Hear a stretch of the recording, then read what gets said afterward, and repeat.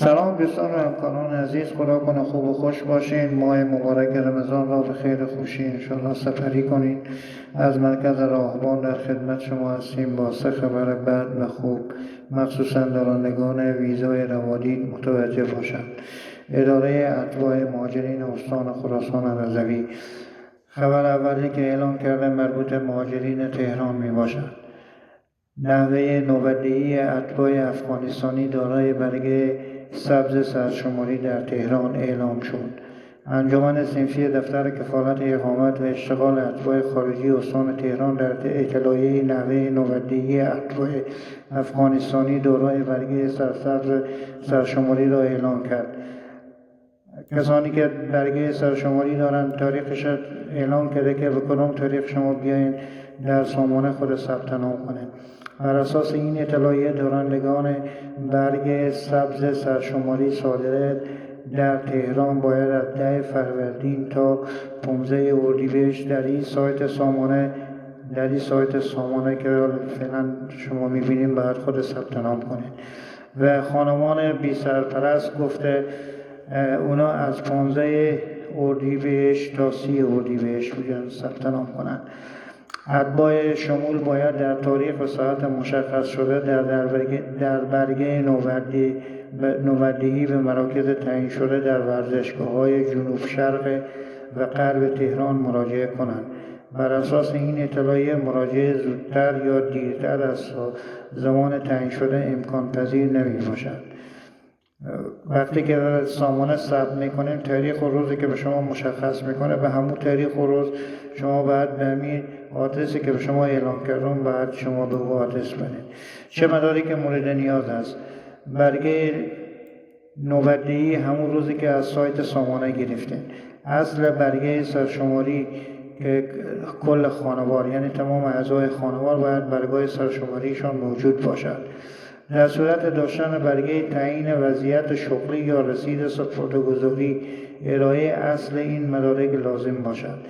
اگر شما کارت کار دارین یا اگر رسید سپرده‌گذاری که 100 میلیونیار که هستن اینا تحویل کردن، اگر رسید از اونا دارین که نصف تحویل کردن یا کامل تحویل کردن فرق نمیکنه. رسید سپرده‌گذاری همون 100 میلیون کسایی که 100 میلیون تحویل کردن اونا می باشد. و وضعیت شغلی هم برگه تعیین وضعیت شغلی همون کارت کار می باشد. اگر کارت کار هم همراه خود دارید باید حتما کارت کار را هم با خود ببرید.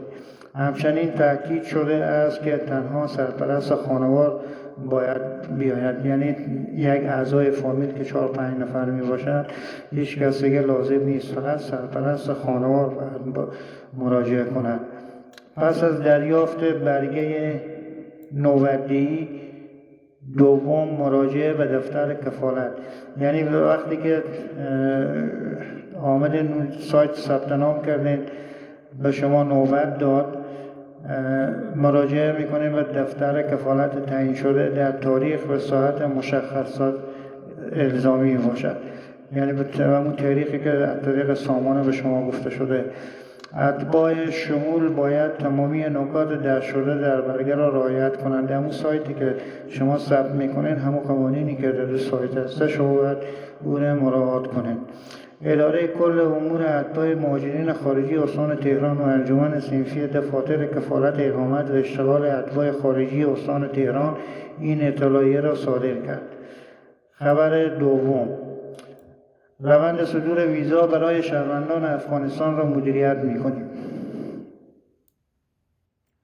اسماعیل بقایی سخنگوی وزارت خارجه ایران میگوید که سیاست آن کشور مدیریت روند صدور ویزا برای شهروندان افغانستان است، نه محدود سازی.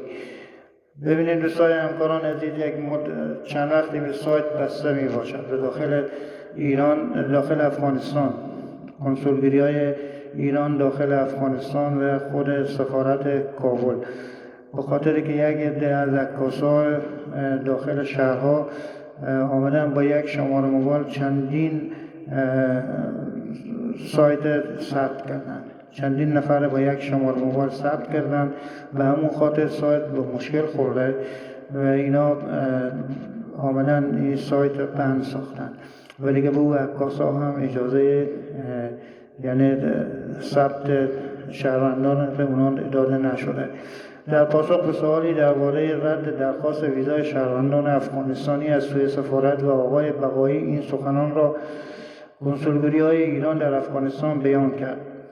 او گفت که تدابیری در راستای مدیریت و صدور ویزا برای شهروندان افغانستان اندیشیده شده است و به تدریج اجرا می شود. سخنگوی وزارت خارجه ایران تایید کرد که در روند صدور ویزای آن کشور برای شهروندان افغانستان سوء استفاده هایی شده است. همین گپی که پیشتر به شما گفتم یک تعداد عکاسا آمدن سوء استفاده کردن، با یک شماره موبایل چندین نفر ثبت کردن که 12-13 هزار نفر رسیده بوده که به سایت مختل شده و بسته شده. به همون خاطر این روند به تعقیب افتاده. او افزود که برای از بین بردن این سوء استفاده ها متقاضیان ویزا به شرکت های سیاحتی که از سوی سفارت ایران معرفی شده است مراجعه کنند. گفته باید از طرف یک تعداد عکاسا و یک تعداد شرکت های سیاحتی که از طرف خود سفارت اعلان میشه به اونجا مراجعه کنید.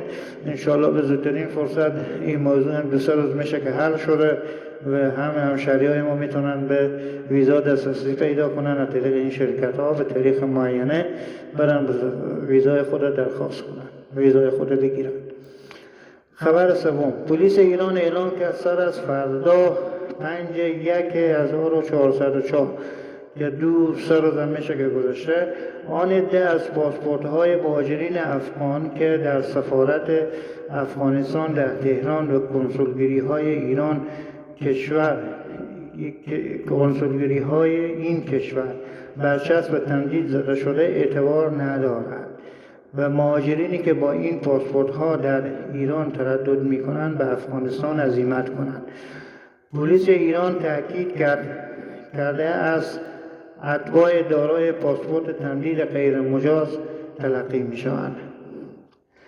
پلیس ایران تاکید کرده است اتباع دارای پاسپورت تمدیدی غیر مجاز تلقی می شوند و در صورت دستگیری پاسپورت و ویزایشان باطل و به افغانستان اخراج می شوند.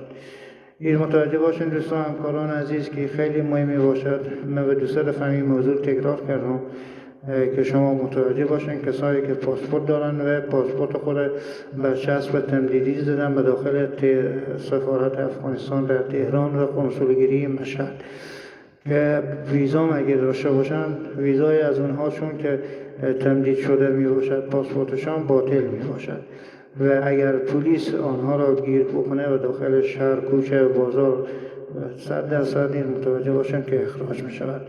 تشکر از شما که تا این لحظه همراه ما بودید. خدا کند خوب و خوش باشید. لایک کنید، سابسکرایب کنید تا شما را همراهی نماییم. تشکر.